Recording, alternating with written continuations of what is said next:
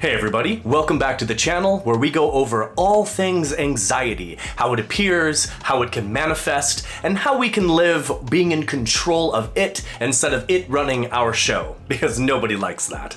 I am Steven, and today's topic is quite an interesting one. It is that burning skin sensation. Is it a sunburn or is it anxiety? So before we get into it, I'd like to just remind you, please like and subscribe to the channel and smash that notification bell to stay up to date with all of our latest content so we can continue this journey together. Without further ado though, let's go. So, something we need to keep in consideration, even though we've been studying anxiety for a very, very long time, the list of symptoms and manifestations and how it works with our psychology and our biology is still constantly growing. Today's topic is skin irritation, rashes, itching, the feeling of pins and needles on the skin, almost like a sunburn.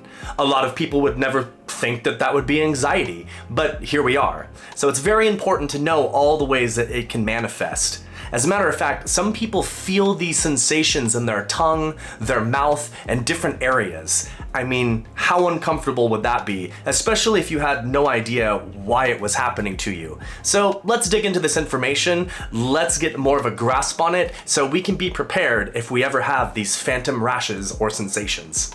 So out of the 19% of estimated Americans who actually suffer from anxiety, these can be kind of regular occurrences. So it's important to know what they are and why we're having them. So let's dig into the reasons why and the science behind why these symptoms can manifest themselves through anxiety. I want to start by also reminding you that if you don't know you have anxiety, or perhaps you don't, there are plenty of other reasons why your skin can have irritation.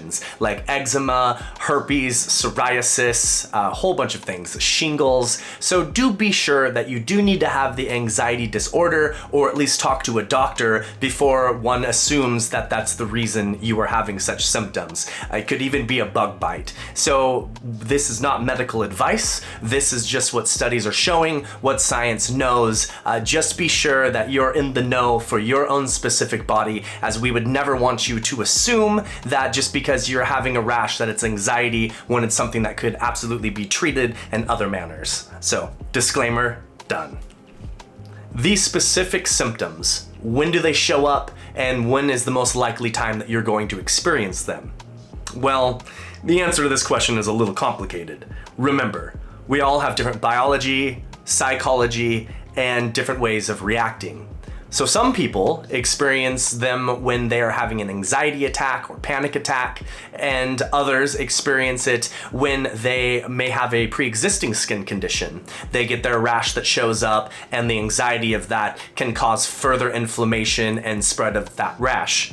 But what it boils down to is the reason. The reason is because anxiety puts us in our fight or flight mode, because we are having an imbalance of our hormones, which are creating a biological change in our body, thus inducing reasons for these particular rashes, itching, and pain to show up. The fight or flight response is very interesting and has been with us as long as we have been documenting the modern psyche. It is a response, a safety mechanism, you could say, of our brain. If we are in the presence of inherent danger or something that startles us, we can go two ways. We can either literally run away and remove ourselves from the situation, or some people can freeze in place or stand up against it and become combative. That's because when our brain triggers this mechanism, it dumps a whole bunch of cortisol and adrenaline into our body. So that creates a chemical imbalance in us that literally gets us out of the way. It's an evolutionary trait that's been built into our mechanisms to respond to inherent danger in the world. And this may be the exact reason why it can cause different skin irritations. It's the chemical imbalance that's being flushed through our body that can manifest it while reacting with our biology. And that's where we see the main reasoning coming from of why these symptoms can be directly related to anxiety. When we get into this state of mind, it creates our heart to race, which shoves these neurotransmitters through our body even faster. With the increased blood flow with the neurotransmitters, that gives us the feeling of feeling hot, flush, developing rashes, could lead to itchiness. also leads to more anxiety. The fight or flight response and anxiety response go hand in hand, because anxiety triggers that exact response in our mind that nature would when we're in inherent danger. That's how our body recognizes that it needs to get away. That's why your adrenaline may race when you're having a panic attack, and that's why we may get these skin conditions. So let's look more into the cortisol, the adrenaline, and anxiety, and how they can play together to create such symptomatic responses of our bodies. Let's break down the difference between the two hormones, cortisol and adrenaline. Adrenaline, that gives you kind of an extreme response. It increases your blood pressure, it gets your heart rate going, it gets you jittery. It really is the one that gets you amped up and actually kind of feeling anxious, because adrenaline and anxiety, again, go hand in hand. They just love each other, unfortunately. Cortisol, on the other hand, that works with your mind and your body and can actually start to affect your immune system by degrading it if you have long exposure. And some ways that cortisol affects your body and your mind is actually pretty intense. So let me just take a look at this list really quick to make sure I'm giving you all of the details, because it is interesting. It increases your glucose in the bloodstream and your brain. It increases the chemicals in cells that help repair damage, suppressing the digestive, reproductive, and growth systems and processes, and it alters your perception of mood, fear, and even motivation. So it is huge. That neurotransmitter, what a hormone. I mean, I tell you what, and it really is going to play a key factor in that fight or flight. And you can see as it plays with imbalances in your body, how easily it can help create rashes and skin conditions that may not be favorable or feel the best, quite frankly. So, how do we stop said burning conditions and sensations? Well, without medication, it is impossible to control your hormones. If they're in balance, you can't just think about it and balance them back out. So honestly, if you're experiencing anxiety or the burning sensations and you are not diagnosed or you are not medicated for said purposes, then you are just gonna have to wait it out. Try to breathe, calm down, do regular techniques just as you would if you were having a panic attack, and let it pass. That's really all you can do at that point, unfortunately. So maybe soothing music and breathe.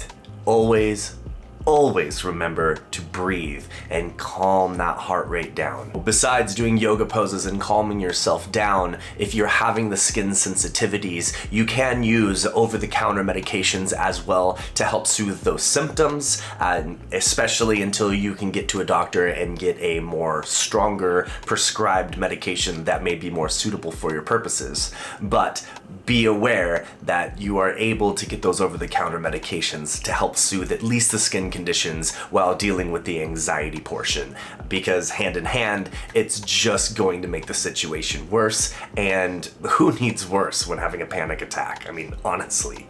The ultimate goal, though, is really to maintain and manage that stress and anxiety and keeping it at bay. There are ways that you can kind of suppress it to where you're not having to deal with it at least as frequently. Those consist of changing up your diet to a cleaner diet, a plant-based diet, exercising regularly, being in nature, taking hikes, just reconnecting, surrounding yourself with positive friends that make you feel comfortable, that make you feel at home, that don't make you anxious, being able to volunteer, giving back. There are so many different ways that obviously aren't going to be one hat fits all for everyone, but if you can find something that puts your mind at ease, makes you feel good, and gives you a little bit of a sense of contribution to the world or fellow people, it is going to help tremendously to be able to manage that. And then don't forget supplements, natural based supplements. Nutrition, it's huge. It's huge. You have to think about it. It's the fuel of our body. What we put in our body directly turns into the energy that is fueling us. So if we are putting horrible quality gas in our Ferrari, the Ferrari isn't going to operate like you're intending it to do. But if you put a high quality, high caliber, clean fuel in that Ferrari, it is going to operate like the amazing sports car it is. And your body is the same. Treat your Ferrari right. Honestly, because it is going to make a world of difference for your mind, your body, and your soul. And as far as supplements go, there are so many out there. You want to make sure they're clean. You want to make sure they're natural. Go ahead, try Xan-Free. I mean, it promotes soothing and calmness and puts you in a balanced state of being to be able to manage that stress and that anxiety. And at the end of the day, that is the ultimate goal, right? To just keep it in a box and not have to deal with it and be able to control it ourselves without it running the show. No one wants that. Absolutely no one.